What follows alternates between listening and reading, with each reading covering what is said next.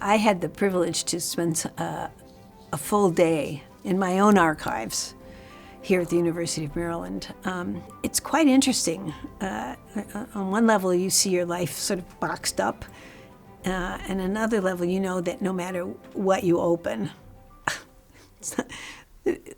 a pile of things is going to come flying out. Some things we went searching for.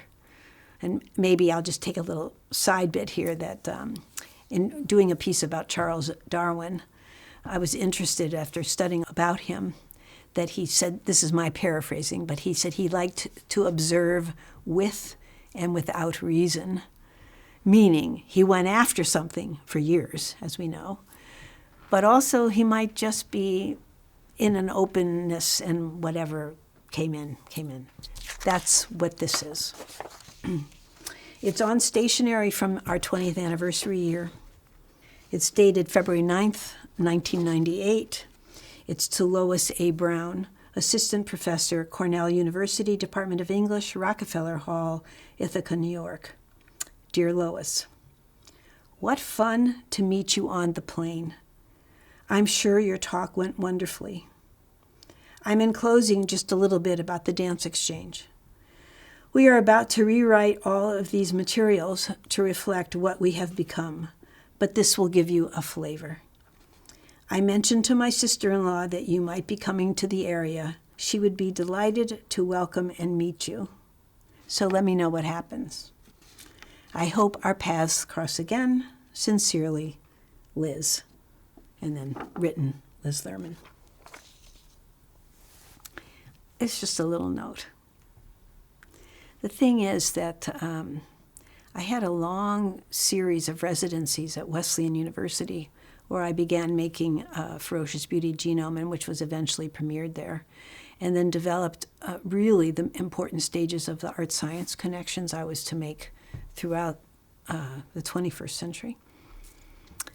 I met a person there named Lois Brown, and she and I and my colleague, Jolly Zoller, worked together on several things, including the beginning of a new work we were starting called Blood, Muscle, Bone, The Anatomy of Poverty and Wealth.